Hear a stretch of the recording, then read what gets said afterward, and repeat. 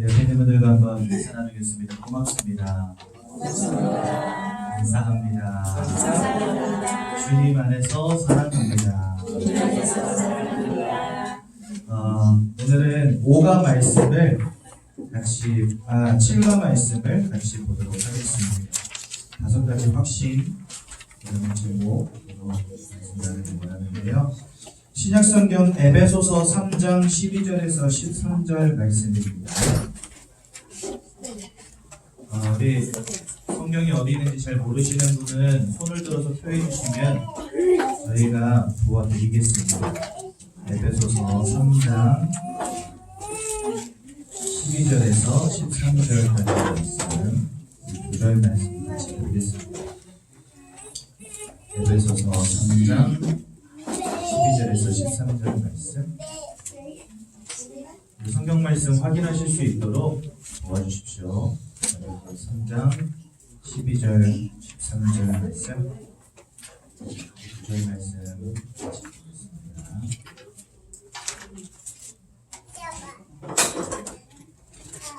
에베소서 3장 12절 13절 말씀.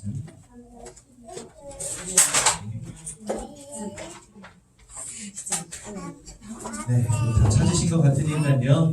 한 목소리로 크게 함께 봉독하도록 하겠습니다. 우리가 그 안에서 그를 믿음으로 말미암아 담대함과 확신을 가지고 하나님께 나아감을 얻으리라. 그러므로 너희에게 구하노니 너희를 위한 나의 여러 환난에 대하여 낙심하지 말라. 이는 너희의 영광이니라. 아멘. 12절에 그를 믿음으로 말미암아 담대함과 확신을 가지고 하나님께 나아감을 얻느니라 라고 말씀하십니다. 여러분, 큰 믿음의 확신을 오늘 가지시기 바랍니다. 다른 확신 아닙니다.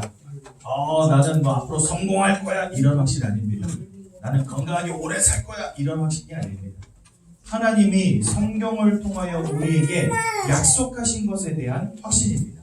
가장 중요한 건요, 예수 그리스도를 통하여 내가 구원받았다라고 하는 믿음, 가장 중요하겠죠.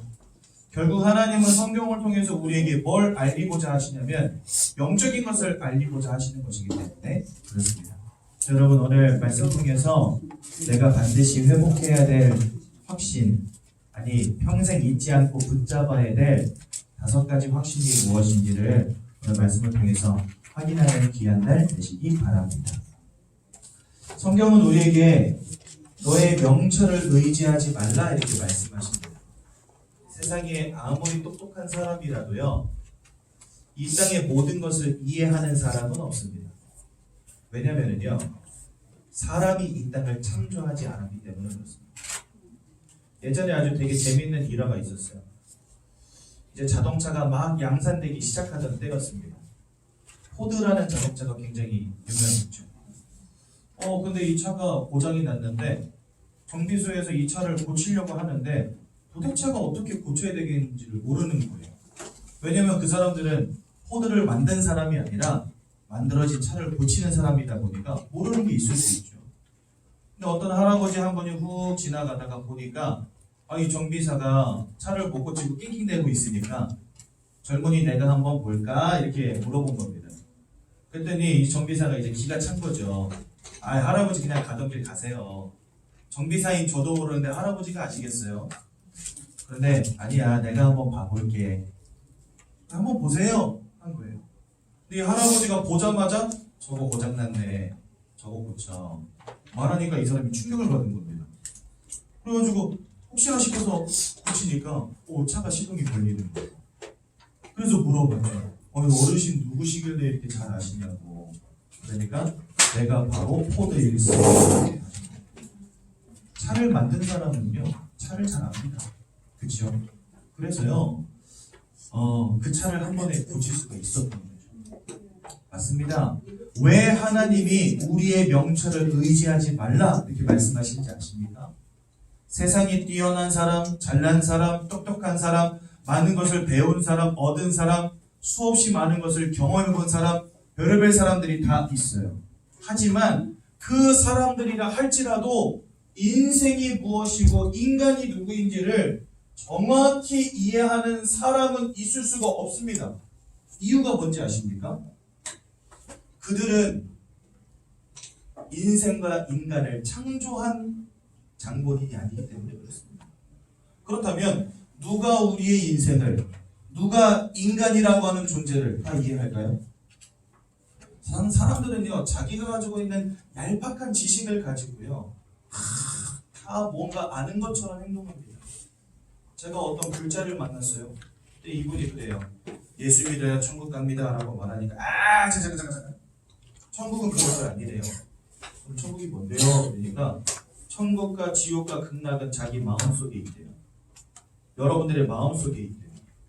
그게 무슨 말이에요? 그러니까 사람이 하루에도 10번씩 천국 갔다 지옥 갔다 그러잖아요. 이래요. 좋은 일 있으면 천국이고, 그죠? 애가 다쳤다 그러면 마음이 지옥 되는 거예요. 그러니까 그게 천국과 지옥이라는 거죠. 맞는 말이긴 한데 진짜 존재하는 천국과 지옥에 대한 바른 지식은 아니죠. 그런데 어떤 자기가 가지고 있는 그런 얄팍한 지식, 어떤 경험 이런 것들을 의지하면서 뭐라고 말하냐? 내가 인생을 다 이해했다는 거예요. 인간이 누군가를 다 이해했다는 겁니다. 그러면서 하나님 믿을 필요 없다는 거예요. 그 정비사처럼 포드라는 자동차를 만든 할아버지를 무시했던 그 정비사처럼 예수 그리스도 믿을 필요 없다는 거예요. 왜요? 자기가 가진 얄팍한 지식, 자기가 가진 명철을 확인해 볼 때 하나님 필요 없는 존재라는 거죠. 예수님 필요 없는 존재라는 겁니다. 그냥 내가 공부 열심히 해서 돈 많이 벌고 성공하면 그것으로 된 것이지 뭔 예수를 믿고 하나님을 믿고 그렇게까지 할 필요 없다는 거죠. 인생이 무엇인지를 이해하지 못하고 인간이 누구인가를 절대로 이해할 수 없습니다. 왜요? 우리는 그저 하나님의 은혜 가운데서 그저 피조된 존재이기 때문에 그렇습니다. 그러면 누가 인생을, 누가 인간을 제대로 이해할까요? 하나님밖에는 우리 인생을 이해하실 분이 없어요. 하나님 외에는, 우리를 지으신 하나님 외에는 인간을 이해하실 분이 없다니까요. 그렇다면 문제 당하였다면 누구 앞에 자복해야 되겠습니까? 하나님 아버지 앞에 가야 되는 거죠. 가장 중요한 거, 사람은요 육신을 가졌다는 것을 알고 마음이 있다는 것은 알지만 영혼을 가졌다는 것은 인정하지 않습니다. 사람들이 되게 특이한 특징이 한 가지 더 있어요. 예수를 믿는 거는 무슨 신화 취급하고 이상한 어떤 사람은 심지어 사막 귀신이라고도 하고 그러거든요. 예수님을 뭐라고 하냐면 사막 귀신, 신화 이렇게 말하고 있습니다. 그런데 이렇게 정확한 복음은 신화 취급하면서 사람들은요 과학을 굉장히 맹신해요. 여러분 과학으로도 설명 안 되는 거 굉장히 많거든요. 한 가지 예를 들어볼까요? 제주도에 가면 이런 곳이 있어요. 오르막길인데 여러분 거기 가보신 분들 있을 수 있을 것 같은데 분명히 오르막길이거든요. 저도 거기를 수학여행 때 한번 가봤는데 오르막길인데 차를 세워놓고 시동을 껐는데 차가 스물스물스물하고 올라가요. 오르막길에. 희한하지 않아요? 분명히 저도 그 차 안에 앉아 있었어요. 오르막길이니까 이렇게 약간 기울어져 있지 않습니까? 근데 차가 계속 올라가는 거예요. 시동을 껐는데. 진짜 신기한 일이죠. 아직도 그 이유를 몰라요. 과학은 완전한 게 아닙니다. 입증하지 못하는 것들 참 많습니다. 그런데 사람들은 과학을 맹신해요. 과학자들이 말하길 영혼이라는 거 없고 귀신이라는 거 없고 영적인 존재라는 거 없다는 겁니다. 제가 현장에서 복음 전했는데 저 한양대학교 들어갔다가 체코에서 온 자매를 만났어요. 그래서 이제 같이 대화하는 가운데 제가 물어봤거든요. 당신은 예수 그리스도라는 말을 들어본 적이 있냐? 그러니까 갑자기 난색을 표하면서 저한테 그러는 거예요. 저는 과학적인 사람입니다. 그러니까 저는 뭐예요? 비과학적인 인간이라는 거예요. 신화 같은 거 믿는 이상한 사람이라는 거예요. 그래서 제가 그랬죠. 저도 과학적인 사람이에요. 저도 과학 믿어요. 그러니까 반문하는 거죠. 그럼 왜 예수를 믿느냐는 거죠. 사람이 누군가가 이해가 안 되니까 예수를 믿어야 될 이유가 이해가 안 되는 겁니다. 사람은 영적인 존재인데 영적인 존재라는 결론을 가지고 있지 않으니까 인생의 문제가 이해가 안 되는 거예요. 그러니까 하나님 만날 필요가 없는 거예요. 왜요? 인생이 무엇인지 이해가 안 되고 인간이 누구인지 이해가 안 되니까. 더 중요한 거, 인간에게 와 있는 진짜 문제가 무엇인지 알지 못하니까 답을 찾지 못하는 거죠. 그러니까 사람들이 다 거짓말할 수밖에 없어요. 답이 뭔지 모르니까 나에게 와 있는 경제 문제가 뭔지 모르니까 진짜 문제가 뭔지 모르니까 나에게 와 있는 경제 문제가 문제라고 여기고 나에게 와 있는 건강 문제가 문제라고 여기고 남편을 이상한 사람 만나가지고 내 인생이 꼬였다면서 한탄하는 여자분들 많이 만나거든요. 어디서 마누라 이상한 거 데려와가지고 내가 지금 그 인간 때문에 못 살겠다면서 한탄하는 남자분들 많이 봤거든요. 자식 때문에 걱정하고 부모님 때문에 고민하고 인생에 여러 가지 와 있는 문제들이 자기 문제라고 생각해요. 그게 진짜 자기 문제라고 생각해요. 그러나 성경은요, 우리에게 숨겨져 있는 가장 중요한 문제가 있다고 말씀하시는데 이거 모르는 거예요. 그러니까 결과적으로는요, 답을 찾을 수가 없는 거예요. 돈도 벌어보지만 안 되는 거예요. 아, 그 인간 때문에 진짜 못 살겠다. 그래가지고 갈라섰네. 갈라섰지만 인생이 행복해집니까? 아니에요. 그 인간하고 갈라섰지만 인생의 행복이 찾아지는 건 아니더라고요. 그렇죠? 돈도 벌어봤지만 인생의 행복이 거기 있는 것도 아니더라고요. 사람들이요, 자기 나름대로 문제를 진단하고 이게 답이겠거니 하면서요, 막 열심히 살아갑니다. 답을 찾으려고. 그런데요, 절대적으로 행복과 진짜 만족과 기쁨이 안 찾아지는 거예요. 이거 해봐도 만족이 없고 저거 해봐도 기쁨이 없고 요거 해봐도 행복이 없고 이상한 거예요, 인생이. 왜 그럴까요? 문제가 뭔지 이해가 안 되니까 답을 찾을 수가 없는 거죠. 그래서 여러분, 우리는 절대로 인생과 인간이 누군가를 이해할 수 없습니다. 여러분들 자신을 아세요? 남도 모를 뿐더러 나도 내가 누군지를 모를 때가 많잖아요. 그래요, 안 그래요? 그리고 벌써 여러분들 이 자리에 보니까 결혼생활 30년, 40년 하신 분들도 계신 것 같은데 남편이 누군지 이해가 되십니까? 40년을 살아도 그 인간이 누군지를 모르겠어요. 저도 지금 결혼생활 11년 했거든요. 처음에 만나서 연애할 때는 누군지 긴가민가 좀 하긴 했는데 살아보면 알겠지 싶었는데 11년 지나니까 더 모르겠어요. 남도 모르는데 나도 이해 못하는데 여러분, 우리가 어떻게 인생의 행복을 찾아갑니까? 답이 안 나는 거예요. 답이 안 나. 인생을 지으신 하나님을 의지해야 되는 이유가 여기 있습니다.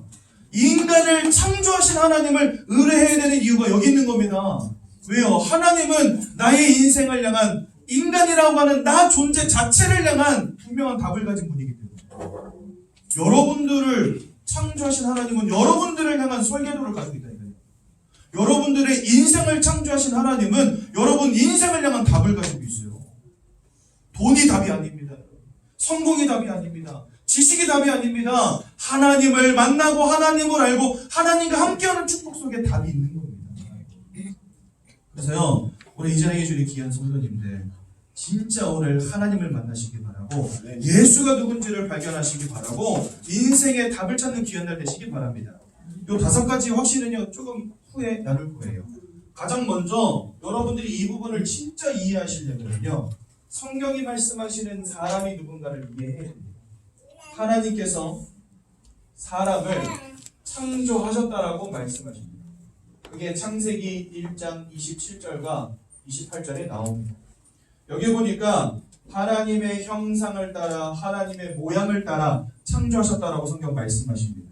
그래서요, 사람은요, 이 땅에 그 어떤 피조물도 갖지 못한 아주 중요한 한 가지 특징이 있습니다. 그게 뭐냐? 바로 영적이라는 것입니다. 여러분 지금 여기 왜 나와 계십니까? 이 좋은 주일날, 이 좋은 일요일 황금 같은 연휴에 날씨도 좋겠다, 바다로 산으로 들로 강으로 놀러 가시지 않고 왜 여기 나와 계십니까? 여러분들은 뭔가 구원이라는 거에 관심이 있고 눈에 보이지 않는 하나님이라는 분에 관심이 있기 때문에 여기 나온 거거든요. 영적인 존재라는 증거예요. 이 땅에 그 어떤 피조물도요, 영적으로 보이지 않는 존재에 대한 관심 없습니다. 왜요? 영적이지 않기 때문에 그렇습니다. 하지만 사람은 다릅니다. 하나님의 모양과 하나님의 형상을 닮았기 때문에 사람은 육신을 가지고 마음을 가졌지만 또한 영혼을 가진 존재이기 때문에 영적인 것을 관심 갖고 영적인 행위를 하는 유일한 존재예요. 그렇죠? 그럼 하나님이 왜 사람을 이렇게 영적인 존재로 만드셨을까요? 세상은 우리가 영적인 존재라는 것을 부인하고 과학자는 영혼이 없다라고 말하고 귀신이라고 하는 영적인 존재가 없다라고 말하지만 성경은 분명히 우리가 영적인 존재라고 말씀하시거든요. 왜 그럴까요? 거기에는 분명한 이유가 있습니다. 우리는 이것을요, 하나님이 이 땅을 창조하실 때 가지고 계신 원리라고 말합니다. 하나님이 그냥 중구난방으로 대충 심심해서 이렇게 만드신 게 아니라 분명한 계획을 가지고 만드셨기 때문에. 어떤 계획을 가지고 만드셨습니까? 창조의 계획, 생명의 계획을 가지고 만드신 거예요. 이 속에 있으면, 이 원리 속에 있으면 생명을 누리도록 하나님 창조하신 겁니다. 그래서 하나님은요, 피조물을 지으시고 이 피조물들에게 절대적인 것을 주셨습니다. 어떤 절대적인 것이요? 생명을 누리는 절대적인 것. 생육하고 번성하는 축복을 누리는 절대적인 것 한 가지를 다 주신 거예요. 그게 뭐냐면 물고기를 지으실 때 물고기에게는요, 다른 것이 아니라 물이라고 하는 절대적인 걸 주셨어요. 살든지 죽든지 물고기는 물 속에 있어야 돼요. 물 밖으로 나오는 순간이 모든 문제의 시작입니다. 그렇죠? 물 밖에 나온 물고기는 옆에다가 떡밥을 한 트럭 실어놔도 소용이 없어요. 그거 아무런 가치 없는 거예요. 물 속에 있을 때야 떡밥 한 줌이라도 의미가 있는 것이지 물 밖으로 나오면요 모든 게 다 가치 없는 거 돼버려요. 왜요? 내가 당장 죽게 생겼는데 떡밥이 무슨 소용입니까? 지렁이가 무슨 소용입니까? 말라 죽어가고 있는데. 그렇죠? 그래서 물고기는요 절대로 물을 떠나면 안 됩니다. 그러니까 하나님은 절대적인 원리 속에서 물고기를 지으신 거예요. 두 번째로 나무는요 반드시 땅에다가 뿌리를 내리고 있어야 됩니다. 새는요 공중을 잃어버리면 절대적으로 살 수 없는 동물입니다. 그렇죠? 그러니까 하나님이 이 땅에 피조물을 지으실 때 절대적인 것 한 가지, 생명을 누리고 생육하고 번성하는 축복을 누리는 한 가지를 주신 거예요. 그것처럼 하나님이 사람을 지으실 때 사람에게도 절대적으로 없으면 안 되는 한 가지를 딱 주셨어요. 그게 뭐냐? 바로 하나님 자신이에요. 하나님을 떠나서는 살 수 없는 존재로 만드신 거예요. 북극에 가서 살든 남극에 가서 살든 적도에 가서 살든 여러분들은 하나님을 아셔야 됩니다. 저 좋은 강남의 펜트하우스에 살든 저 시골의 기와집에 살든 여러분들은 하나님을 알아야 됩니다. 회를 먹고 살든 밥을 먹고 살든 빵을 먹고 살든 여러분들은 하나님을 알아야 됩니다.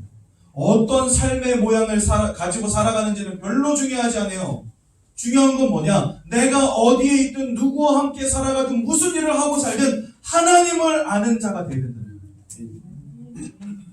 물고기가 물을 떠나면 살 수 없듯이 나무가 땅을 떠나서 살 수 없듯이 사람은 하나님을 떠나서는 살 수 없는 존재로 하나님이 만드셨어요.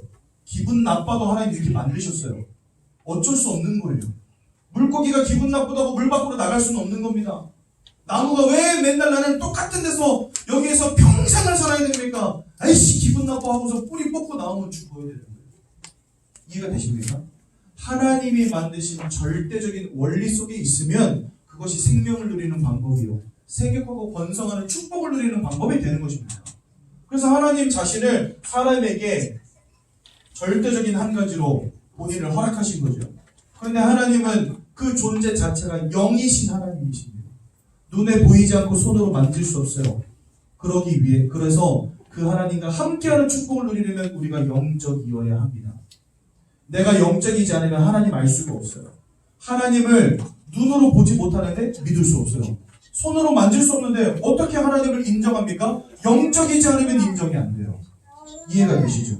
그래서 하나님은 우리를 영적인 존재로 창조하신 겁니다. 하나님과 함께하는 축복을 누리라고 영적인 존재로 창조하신 겁니다. 그래서 이 속에 있을 때 28절 생육하고 번성하고 땅이 충만해져서 모든 것을 정복하고 다스리는 축복을 누리라고 하신 것입니다. 언제요? 하나님과 함께하는 축복을 누릴 때 이와 같은 응답이 우리에게 오게 되는 것이죠.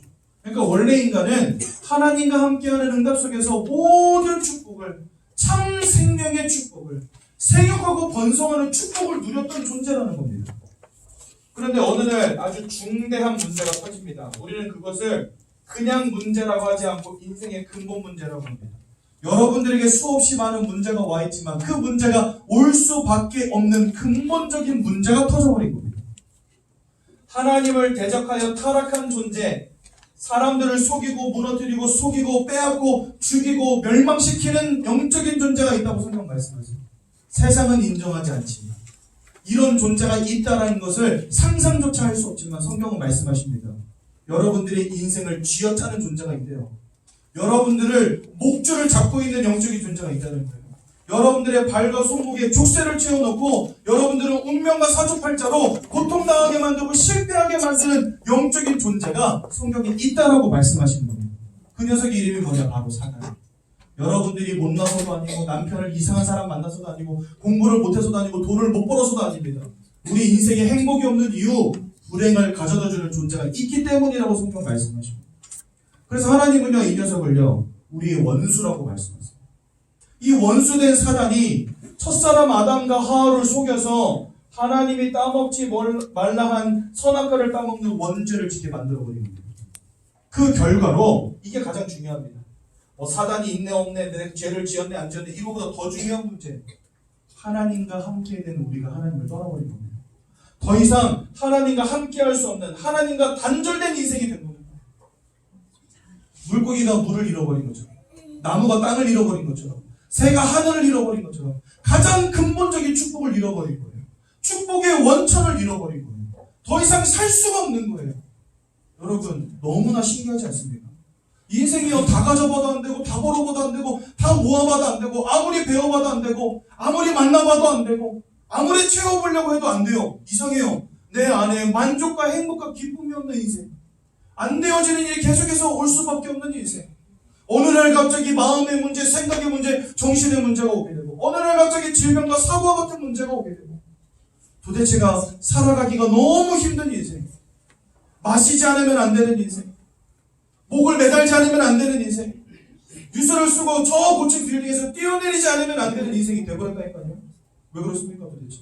세상은 좋아진다 하는데, 발전한다 하는데, 의술이 발전한다 하는데, 과학이 발전한다 하는데 인생의 문제가 해결이 안 돼요. 왜 그럴까요? 축복의 근원, 원천 되시는 하나님과 단절돼 버렸다니까요. 아니, 물을 잃어버린 물고기가 어떻게 살아갑니까? 살 수가 없는 거예요. 살 수가 없는 거예요. 하나님을 잃어버린 이 근본적인 문제가 모든 사람들에게 다 임하여 버린 겁니다. 그러니까 사람들이 살 수가 없는 거예요. 여러분들 사람들 만나면 전 너무 행복해 미치겠어요 하는 사람들이 많나요? 아니면은 남편 때문에 죽겠어요, 돈이 없어 죽겠어요, 힘들어 죽겠어요, 못 살겠어요 하는 사람들이 많던가요? 저는요, 행복해 미쳐버리겠어요 하는 사람 한 번도 만나본 적이 없어요. 진짜. 교회 오니까 그나마 행복해요 하는 사람들을 만나지, 저 지금까지 예수 안 믿고 살아온 인생 가운데 행복해 미쳐버리겠어요 하는 사람 한 번도 만나본 적이 없다니까. 늘 죽겠어요, 울상을 이렇게 탁 찌그러져. 특히 한국 사람들 다 이러고 살잖아. 얼마나 찌그러졌는지. 이마가 찌그러지고, 눈가가 찌그러지고, 얼굴이 찌그러지고.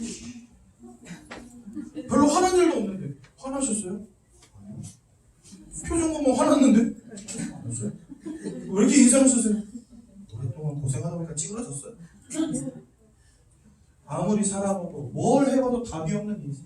왜요? 생명의 근원 되신 하나님을 잃어버렸거든요. 축복의 원천 되신 하나님을 잃어버렸거든요. 내 인생 가운데서 가장 중요한 한 가지가 쑥 빠져나가니까 아무리 채워 넣어도 이게 만족이 안 돼요. 마치 엄마를 잃어버린 아이처럼. 여러분, 아이들이요, 엄마를 잃어버리면 가장 먼저 하는 게 있습니다. 그게 뭔지 아십니까? 손가락 빠는 거예요. 근데 백날 빨아봤자 이건 만족이 안 돼요. 엄마 저지 아니면 안 되거든요. 이해가 되십니까? 그러니까 막 지식도 넣어보고, 돈도 넣어보고, 성공도 넣어보고, 막 내 인생을 채워보지만 안 돼요. 아무리 채워도 안 채워지는 거예요. 왜요? 엄마와 같은 존재를 잃어버렸거든요. 내 축복, 내 인생의 축복의 원천 되시는 하나님을 잃어버렸거든요. 그러니까 만족이 없고 행복이 없는 겁니다. 이걸 그래서 우리는요, 근본적인 문제라고 해요. 지금 마음에 안 드는 남편 버리고 또 다른 남자 만나면 괜찮아질 것 같습니까? 아닙니다. 하나님을 모르는데, 하나님을 잃어버렸는데 아무리 취하보다 아무리 좋은 것을 얻어봐도 소용없는 겁니다. 그것으로는 만족이 안 되는 겁니다. 하나님을 잃어버린 순간부터 중대한 문제가 오게 되었습니다. 요한복음 8장 44절에 보니까 너희는 너희 아비 마귀에게서 났으니 드디어 우리가 불행 가운데 고통 가운데 있을 수밖에 없는 근본적인 이유를 하나님 말씀하시는 겁니다. 요한복음 10장 10절에 강도와 도적이 오는 것은 모든 것을 빼앗고 죽이고 멸망시키려는 목적 외에는 다른 게 없다고 말씀하세요. 그 녀석에게 붙잡혀버린 인생, 그 녀석에게 사로잡혀버린 인생, 그 녀석에게 노예되고 소국되어버린 인생, 요한복음 8장 44절 그걸 말씀하시는 겁니다. 그래서요, 흔히 불신자들이 말하는 운명과 사주팔자에 묶여버린 인생이 되어버린 겁니다. 언제부터요? 하나님 잃어버린 순간부터. 아무리 몸부림을 쳐도 행복할 수 없는 인생이 되어버린 겁니다. 언제부터요? 하나님을 잃어버린 순간. 기가 막힌 남편 만났는데 안 되는 거예요. 내 마음에 불안함이, 우울증이 막 찾아와. 왜 이러지? 부족한 게 없는데. 하나님을 잃어버린 인생. 자녀가 공부도 잘하고 성공도 하고, 그런데 어느 날부터 이상한 문제가 자녀들에게 막 찾아와. 하나님을 잃어버린 문제. 이 속에 있는 걸 모르는 거예요. 이 속에. 그러니까 사람들이 뭐 합니까? 안 되겠다. 우리 뭔가 차려놓고 빌게 해보자. 저 달을 보고 빌고, 나무 보고 빌고, 돌 깎아놓고 빌고, 열심히 물 떠놓고 빌고, 목욕하고 빌고, 무릎 꿇고 빌고, 막 가진 거 막 갖다 바치면서 빌고, 열심히 빌기 시작합니다. 됩니까? 하나님을 만나는 거 외에는 답이 없는데, 뭔들 갖다 놓고 빈들 그것이 우리에게 답이 되겠습니까? 답이 안 되는 거예요.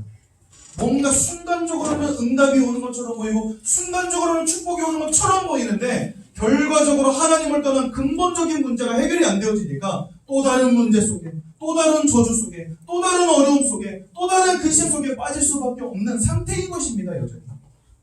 이해가 되시죠? 또한 이 우상숭배를 고린도전서 10장 20절에 보니까 이것이 귀신과 교제하는 것이니라 이렇게 말씀하세요.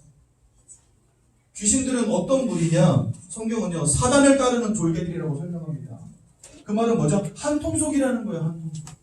우리를 운명과 사주팔자로 꽉 묶어놓고 무엇인가 차려놓고 빌게 만드는데 결국은 사단을 섬기는 것이 되는 것입니다.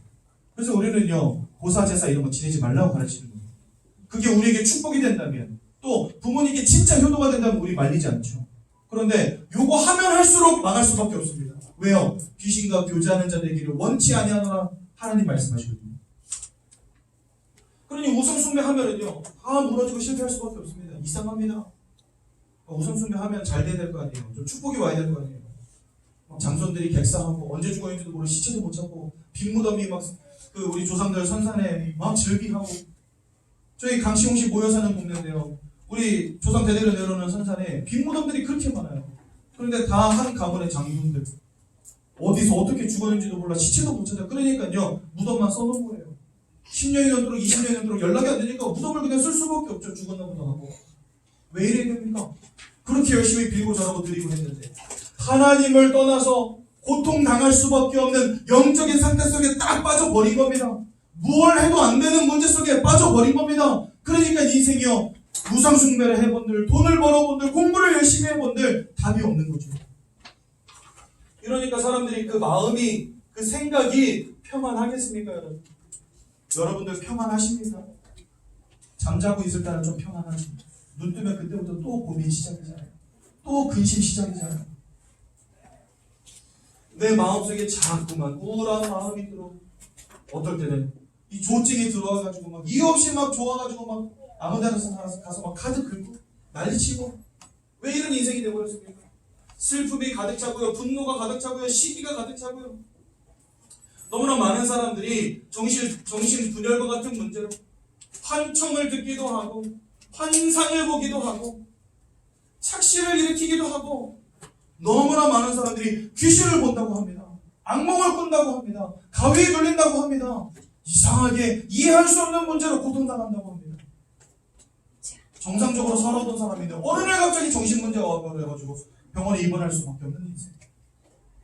사람들이요, 마음과 생각에 이 평안함이라고 하는 것을요 완전히 잃어버렸어요.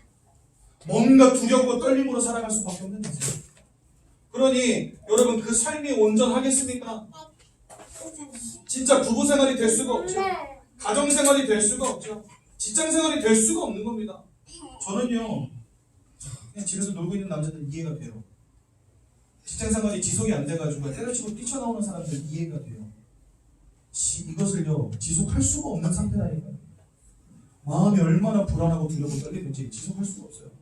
사람들이요, 사회에 적응하지 못하고 진짜 은둔형 외톨이가 되고 공황장애 같은 것에 빠지고 결국은 술 마실 수밖에 없고 게임과 같은 것에 중독될 수밖에 없고 이 땅은요, 점점 심각해질 겁니다. 삶이 무너집니다. 질병이 옵니다. 실패가 옵니다. 만족이 없는 삶이 지속됩니다. 그러다 보면 자살하는 거예요. 이혼할 수밖에 없는, 자살할 수밖에 없는 인생. 왜 이렇게 인생이 힘들어야 됩니까 도대체? 하나님을 잃어버린 거예요. 생명과 축복의 원천 되신 하나님을 잃어버린 결과로 인생의 모든 문제가 시작이 된 거죠. 이렇게 살다가 나중에 죽어서는 히브리서 9장 27절에 보니까 한 번 죽는 것은 정하신 것이고 그 위에는 심판이 있을 것이고 심판 이후에는 지옥으로 갈 수밖에 없다고 말씀하십니다. 지옥은요, 사단을 가두기 위해 만드신 감옥입니다. 그런데 사단 마귀에게 속한 자 함께 지옥으로 가는 겁니다. 마귀에게 속하여 있느니라. 요한일서 3장 8절에 보니까 죄를 짓는 자마다 마귀에게 속하여 있느니라.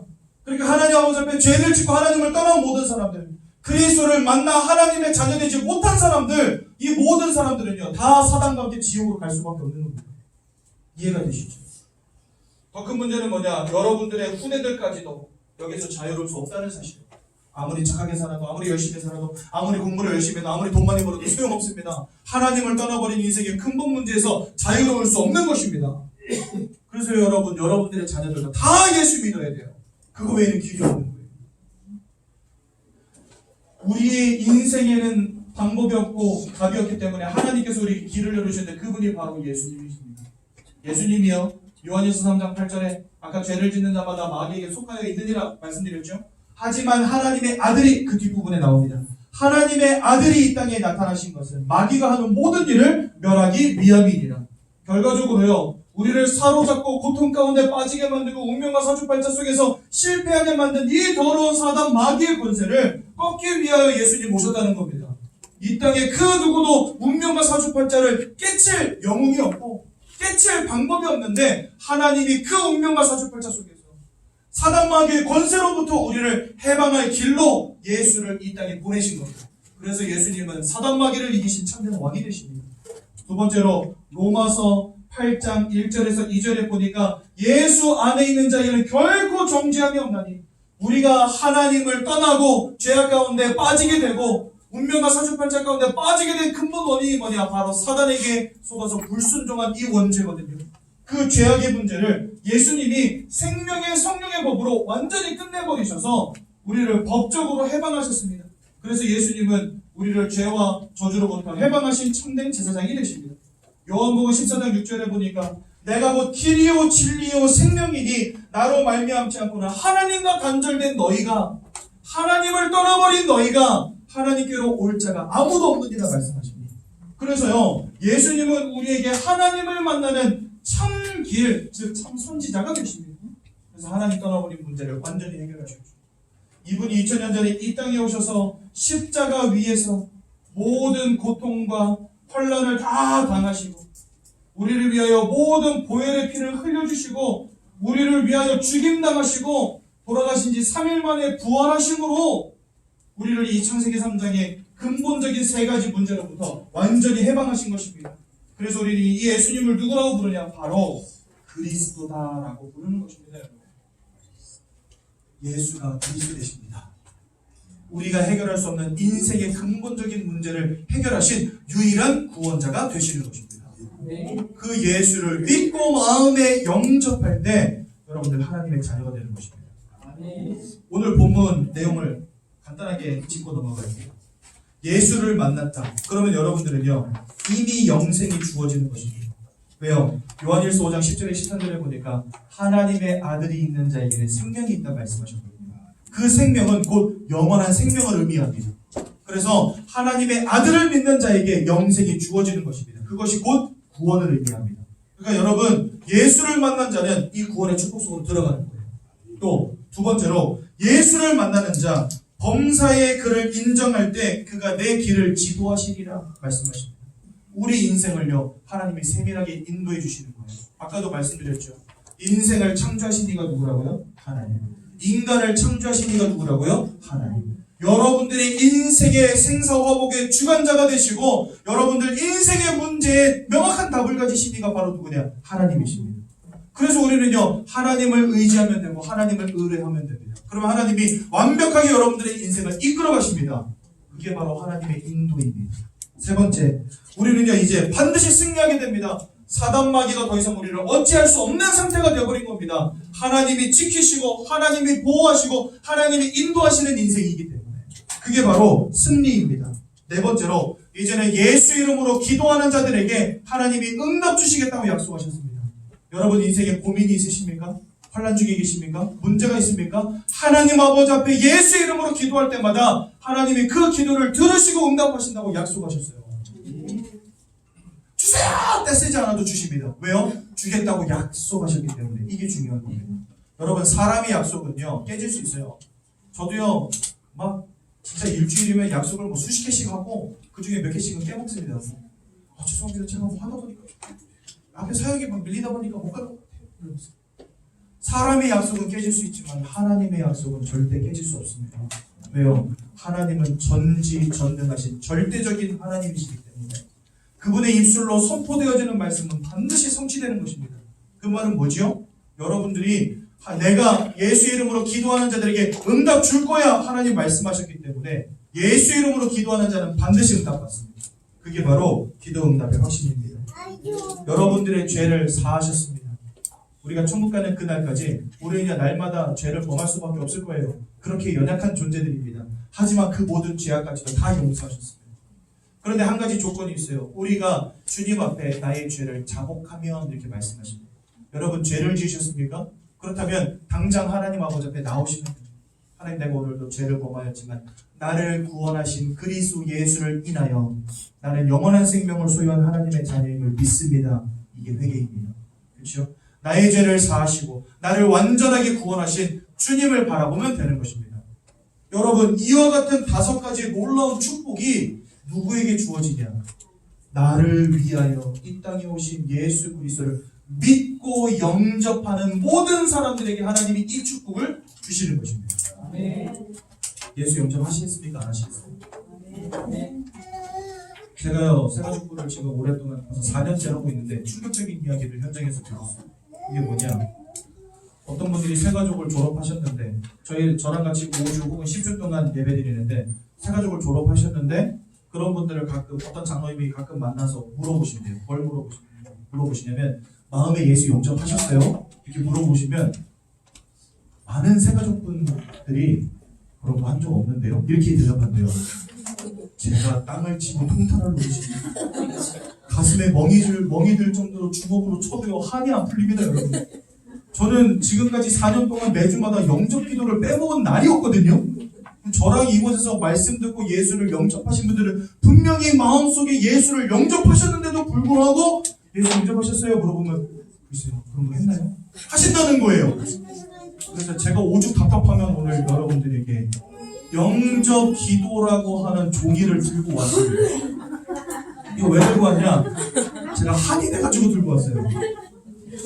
여러분 거기에 보면 여러분들 생년월일도 적으라고 있고 여러분들 이름도 적으라고 되어 있잖아요. 이 종이는 법적인 효력이 없음을 말씀드립니다. 여러분들 뭐 올가 멜라고 저희가 막 이름 받고 생년월일 받고 그런 거 아니에요. 여러분들이 영접의 의미가 무엇인지를 정확히 알고 진지하게 주님을 여러분들의 인생 가운데 구주로 모셔드리라고 저희가 이 종이를 드리는 거예요. 지금 정말 예수를 마음에 영접하기 원하신다면 여러분들 종이를 펴시고 그곳에다가 여러분들의 성함과 여러분들의 생년월일과 오늘 날짜를 꼭 기록하시기 바랍니다. 지금 바로 기록하세요.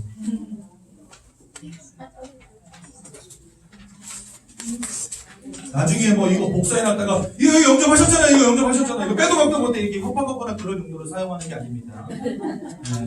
걱정하지 마시고 진짜 예수를 마음에 영접하기 원하신다면 여러분들의 성함과 그 다음에 생년월일과 날짜를 꼭 적어주시기 바랍니다. 이거를요, 지금 제가 보니까 많은 분들이 접으셨어요. 사실 접으시면 안 되는데, 왜냐면 저희가 영접 기도문을 작성하신 분들이 영접 기도문을 받아서 이번 주 안으로 코팅해서 다음 주에 올려드릴 거예요. 그래서 혹시라도 나 접어서 꼴배기 싫어졌어요 하시는 분은 손 들어주세요. 새 거 드릴게요. 네, 손 들어주세요. 새 거 드릴게요. 네, 절대 접지 마세요. 접지 마시고. 네, 오늘은 2019년 7월 14일입니다. 네, 깨끗한 곳에 본인의 이름을 적어주세요. 네, 다음 주에 저희가 예쁘게 코팅해서 여러분들 드릴 거니까 가지고 댁에 돌아가셔가지고 잘 보이는 곳에 세워두세요. 그리고 꼭 기억하세요. 여러분들 예수님 영접하신 겁니다. 누가 물어보면 저 안 했는데요 이러시면 곤란해요. 아십시오. 다 적으셨습니까? 네, 요거 이쪽 한 장만 들어주세요. 새거. 권사님, 이사님 권사님. 네, 다 받으셨죠?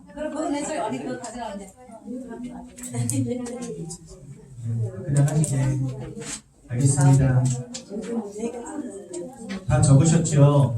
다 적으셨다면 지금 이 시간 이 영적 기도문을 우리가 함께 읽으면서 예수님을 진심으로 진지하게 우리 인생 가운데로 모셔드리겠습니다.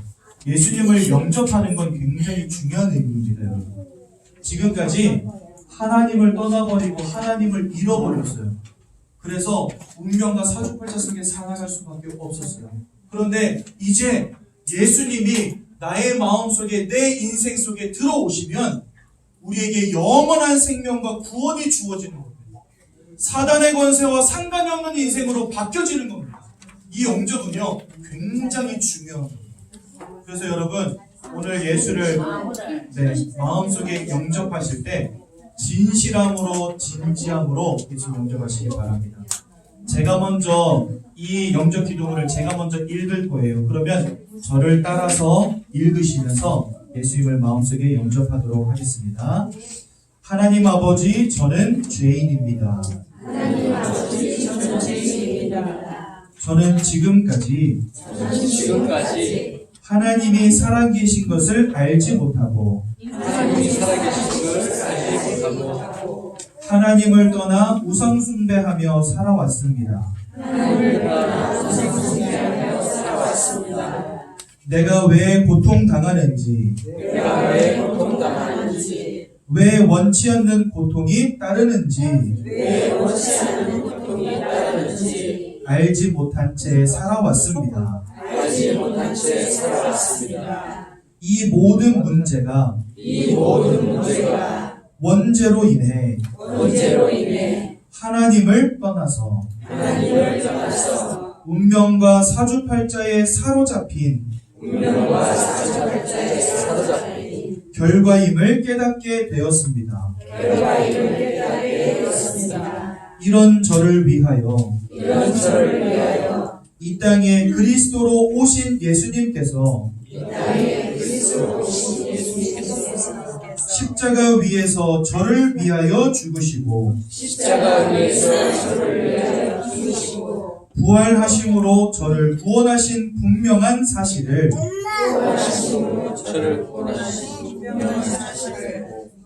믿고 제 마음속에 영접합니다. 지금 이 시간 구원자 되신 예수 그리스도를 제 인생의 구주로 제 마음속에 영접하길 원합니다. 제 마음속에 오셔서 저를 구원해 주시고 영원히 제 인생을 인도하여 주시옵소서. 이 모든 말씀을 나의 구원자 되신 살아계신 예수 그리스도의 이름으로 기도드립니다. 아멘. 감사합니다. 우리 성도님들 오늘 예수님을 영접하시고 하나님의 자녀가 되셨습니다. 이 시간 새롭게 저희 새가족부를 찾아주신 귀한 성도님들이 계셔서 잠시 소개하도록 하겠습니다. 제가 호명하면 잠시만 앞으로 나오셔서 얼굴 보여주시면 감사하겠습니다. 우리 김철현 선생님, 또 김순봉 성도님, 그리고 남현정 성도님. 잠시만 앞으로 나와주세요. 김철현 성도님, 김순동 성도님, 남현정 성도님, 잠시만 앞으로 나와주시면 감사하겠습니다. 혹시 어르신들이세요? 네. 그러면 어르신들 거동 불편하시니까 여기 어르신들 오셨고요. 또 여기 우리 여자 성도님과 우리 남현정 성도님, 또 우리 김철현 성도님 잠시만 우리 이렇게 세 분의 귀한 새가족 성도님들이 새롭게 오셨는데요. 앞으로 10주간 함께 말씀 나누는 가운데 예수 그리스도가 깊이 발견되는 은혜 누리시라고 박수로 환영하겠습니다. 감사합니다. 저희가 준비한 책자인데 이렇게 돌아가셔서 감사합니다. 제가 한번 기도하도록 하겠습니다. 하나님, 오늘 우리 귀한 성도님들 예수를 마음에 영접하게 하시고 마음의 구주로 모시게 하시고 하나님의 자녀되게 하신 그 은혜와 그 사랑 너무나 감사를 드립니다. 일평생 예수 그리스도의 언약만 붙잡고 따라가시도록 역사하여 주시기를 원합니다. 오늘 우리 새가족에 새롭게 등록하신 세 분의 성도님들을 축복하여 주셔서 예수만 바라보는 인생 되게 도와주시며 우리 서화영 집사님 귀한 예물 하나님께 올려드립니다. 이 가정 가문에 넘치는 복으로 채워 주옵소서. 예수님의 이름으로 기도드렸습니다. 아멘. 우리 85장 찬양 1절만 하나님께 드리겠습니다.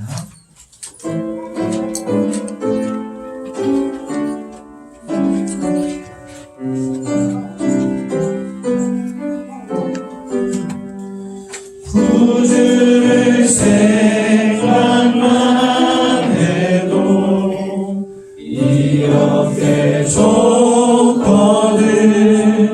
주 얼굴 배울 때야 얼마나 좋으냐. 아멘. 우리 새가족 여행기제 맨 앞에 보시면 주기도문 잘 나와 있습니다. 함께 고백하고 오늘 예배를 마치도록 하겠습니다. 하늘에 계신 우리 아버지여, 이름이 거룩히 여김을 받으시오며 나라의 마옵시오며 지시 하늘에서 이루어진 것 같이 땅에서도 이루어지이다. 오늘날 우리에게 일용할 양식을 주옵시고 우리가 우리에게 죄 지은 자를 사하여 준 것 같이 우리의 죄를 사하여 주옵시고 우리를 시험에 들게 하지 마시며 다만 악에서 구하옵소서. 우리 나라와 권세와 영광이 아버지께 영원히 있사옵나이다. 아멘.